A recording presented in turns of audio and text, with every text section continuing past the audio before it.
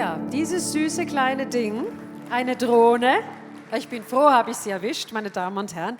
Eine Drohne, die ich jetzt hier kurz absetze, genau.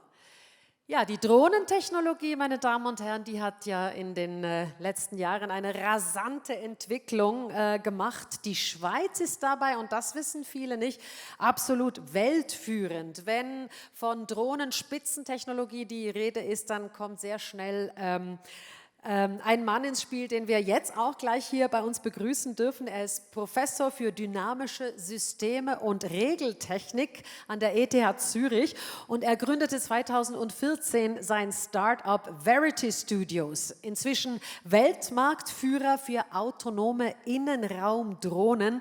Ladies and Gentlemen, please welcome Raffaello D'Andrea.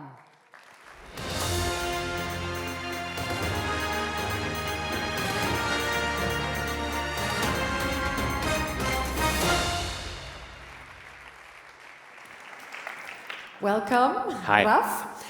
You have a beautiful Italian name, but you are Canadian, in fact, and you have lived and worked in the US. You're considered among the world's leaders in robotics and machine learning. So you have chosen Switzerland for your studies, for your research, for your entrepreneurial activities. Why Switzerland? Well, what brought me to Switzerland was ETH.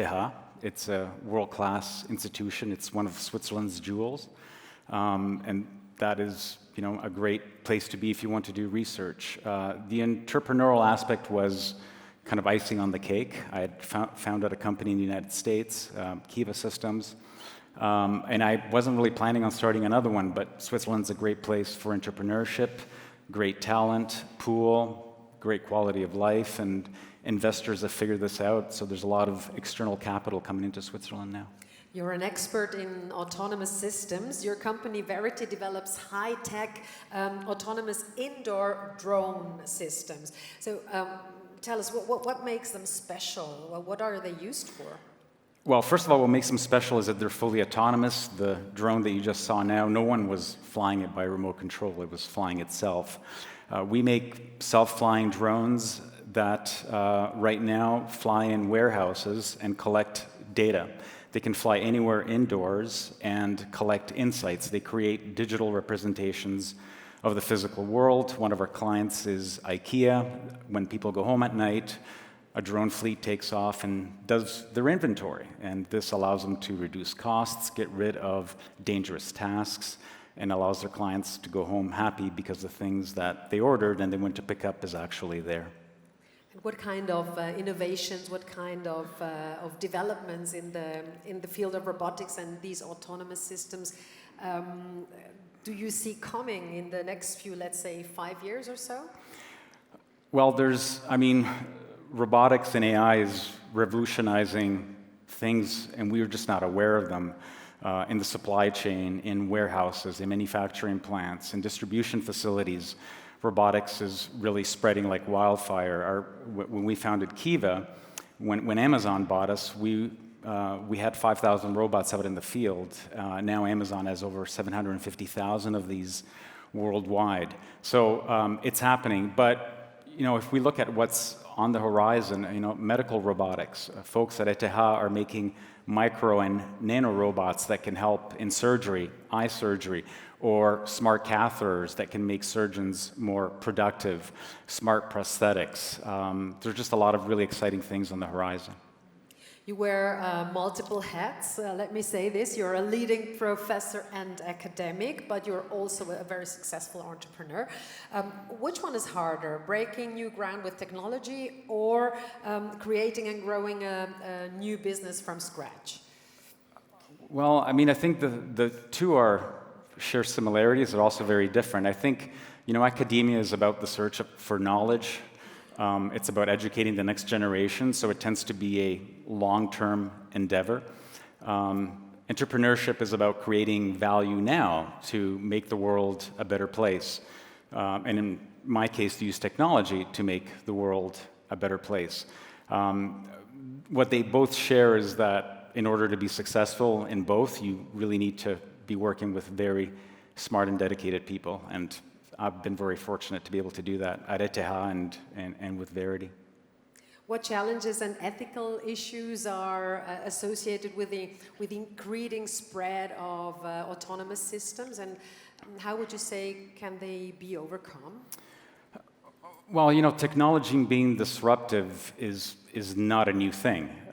If you think about, you know, microelectronics, and before that, even just water and machine, the Industrial Revolution, the internet. I mean, these were super disruptive to us, but they also made us very productive. It used to be that the majority of people would spend their time in agriculture. Now, people are free to do many other things that they couldn't before. So I think technology is a tool. It can help us improve our lives. We just have to make sure, but it's a tool that we control. It doesn't control us, right? So it's up to us to make sure that we use it for good things, to improve the quality of our life, and make sure that people that are disrupted, because it is disruptive, that we take care of them, that they're not just byproducts of this revolution in technology. People that are disrupted, we need to make sure that they come along for the ride. Artificial intelligence has become a very mainstream topic this year, I would say, especially in the business area. How do you see this hype for artificial intelligence? What are the potentialities of AI for our society? I mean, again, I think if you just go back and think of only like 20, 25 years ago, search, you know, this opened so many doors, and people were concerned about, you know, the bad things that could come out of it. I mean, I think AI is extremely powerful.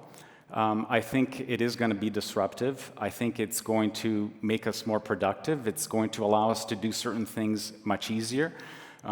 For folks here that always wanted to write, I think it's much easier to be a writer now, of at least half-decent writing. Of course, if you want to be a novelist, I think that you're not going to have a machine replace you anytime soon. But it will make our jobs a lot easier, or make our recreation a lot easier. I don't think that we should be putting regulations on the technology. We should be making sure that we have regulations that protect what the technology does. It doesn't make sense to stifle the technology when so much of it can be used for good. But we can make sure that we have the right laws and regulations in place, so that if someone does use technology in a nefarious or way that doesn't help society, that we have the tools to be able to, you know, shut those things down. So I think that's more of the important. But for sure, it's going to be disruptive. But I think it's a force that can be harnessed for good, and it's up to us to be able to do that. I think at the end of the day, technology is magic, and what we do with this magic is completely up to us. While you have been speaking, they have been preparing something on stage. What is this? Well, let's go find out.